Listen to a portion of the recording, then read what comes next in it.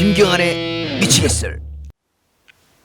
오늘 이야기할 내용은 도시재생입니다. 제가 교육, 강연, 문화기획, 도시재생이 제가 하고 있는 메인 업무들이라고 했는데 그 중에 도시재생 이야기를 조금 해볼까 해요. 근데 아마 좀 생소하실 거예요. 간단하게 설명을 좀 드리려고 합니다.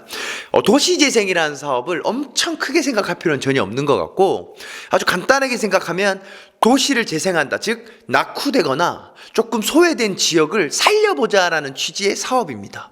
근데 이게 7, 80년대의 도시 재개발 사업, 판자촌을 밀고 단독주택을 밀고 아파트를 짓고 이런 재개발 사업과는 좀 구분된다라고 저는 개인적으로 생각하거든요. 근데 지금의 도시재생 사업은 과거의 재개발에서 크게 벗어나지 못하고 있다라는 아쉬움도 좀 있어요. 예를 들면 건물을 짓고 도로를 가는 게 도시재생 사업이라고 생각하는 분들도 꽤나 많으시더라고요. 사실 도시재생 사업은 도시가 있으려면 뭐가 있어야겠죠? 주민과 사람, 이렇게 사람이 있어야 됩니다. 그래서 저는 도시재생이 사람들이, 그 마을에 살고 있는 주민들이 우리의 동네와 마을을 어떠한 모습으로 보여지게 할 것인가를 우리끼리 만들어서 문화를 조성하고 기존에 있던 자원을 활용하고 그걸 연계해서 브랜딩 시키고, 그래서 우리끼리 거기서 수익 모델도 만들고, 그래서 사회적 경제를 조직할 수 있는 방향으로 나아가는 게 도시재생 사업의 가장 좋은 모델이라고 생각을 해요. 근데 전문가나 이런 도움과 자문은 반드시 필요하겠죠. 근데 요즘은 도시 재개발의 형태를 여전히 띠고 있다. 그래서 건물을 짓고 하는 부분에 있어서 많은 사람들이 필요로 한다라고 생각을 해요. 막상 도시재생 사업지에 가보면 그래서 중복된 건물들이 많다는 거죠. 좀 유명하다? 아니면 좀 핫하다라고 하면 메이커 스페이스를 무분별하게 짓는다거나 코워킹 스페이스 또는 청년 창업 공간 등을 계속 도시재생 사업지마다 짓는 거예요. 어떤 특정 지역에 가보면요, 걸어서 도보로 30분 거리 안에 도시재생 사업지가 3개나 있습니다. 근데 그 도시재생 사업지 3개 안에 똑같은 용도의 건물과 공간들이 계속 있는 거예요. 근데 공간이 꽉 차고 활용되고 있느냐? 또 그렇지도 않습니다. 그래서 예산이 10억, 20억 투자되는데도 공실이 있고 사람들의 용도가 떨어져 있는 건물들이 많다라는 문제들을 가지고 있어서 저는 도시재생의 방향성이 조금 더 사람과 주민 중심으로 가야 한다라는 생각이고, 거기에 전문가들이 조금 도와주면서 같이 성장하는 모델이 돼야 된다라고 생각하고 있습니다. 거기에 문화나 예술 이런 부분들이 절대 빠질 수 없는 거고요.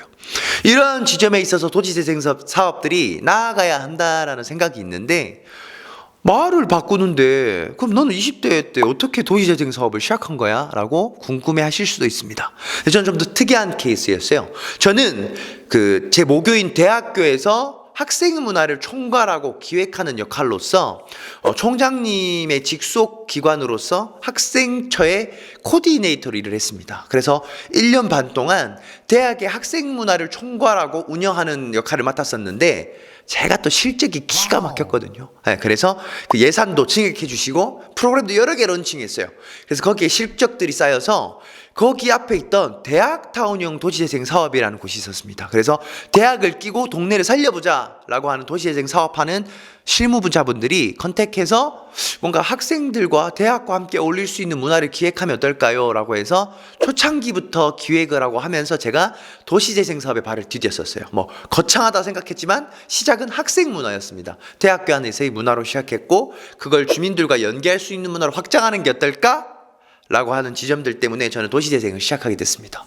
그래서 그쪽 사업지에서 했던 리빙랩 사업이라고 하는 게 있어요. 주민들과 함께 도움이 될 수 있을 만한 사업을 기획해서 해봐라 라고 하는 건데, 거기서 제가 상가들이 너무나 이제 낙후돼 있고 활성화가 안 되고 있으니까 활성화시킬 수 있는 사업을 해보자가 주제여서, 제가 이야기 전문가 아니겠습니까? 그래서 상가를 운영하시는 분들의 이야기를 담은 이야기로 사업, 그래서 그 골목에 상가들의 이야기를 담아내는 그 사업을 했죠. 그래서 그거를 홍보 컨텐츠로 삼아서 주변에 있는 학교나 대학이나 중고등학교 일반 주민들에게 전달될 수 있는 컨텐츠를 만들어서 홍보를 활성화시켰던 경험이 있습니다.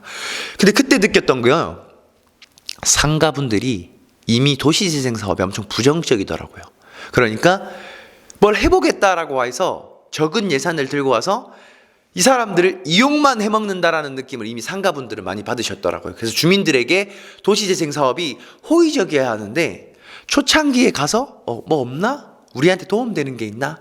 열심히 한 6개월에서 1년 왔다 갔다 하시다가 아, 나한테 떨어지는 게 없네 라고 하시면 그때부터는 반감을 생기고 뭔가 도움을 주지 않고 욕을 하시고, 이런 걸로 인해서 흔한 실패의 과정을 모든 도시재생 사업체에서 겪고 있다. 예, 그래서 협조도 잘 안 해주시고요. 뭘 하러 왔다 그러면 다들 부정적이세요. 제가 그걸 한 달 동안 상가분들 찾아다니면서 설득하고 얘기하고 찍은 게 아마 저희 이야기 브릿지 유튜브 채널에 보면 이야기로 인터뷰라고 과거에 올라왔었습니다. 예, 그래서 그런 사업들을 진행한 적이 있어요. 이렇게 주민들하고 호흡한 경험도 있고 마음이 돌아선 분들을 설득한 경험도 있고, 그 속에서 소소한 문화를 기획하기도 하고 주민들하고 작은 프로그램을 기획하기도 하면서 지금도 여전히 도시재생 사업이라는 거에 꿈을 조금은 가지고 있습니다. 근데 요즘도 막 그린 뉴딜 이래서 기후위기나 환경 이렇게 연계해서 도시재생을 하려고 하는데 아직 갈 길은 좀 먼 것 같아요. 그래서 전 제가 지금 살고 있는 각하동엔 각하주공아파트, LH와 함께하는 영구임대아파트 주거재생 사업의 시범사업을 진행하고 있습니다. 다음 편에서 영구임대아파트 주거재생 사업은 뭔지 자세하게 설명드리도록 하겠습니다. 지금까지 이야기 브릿지 김경환이었습니다. 감사합니다.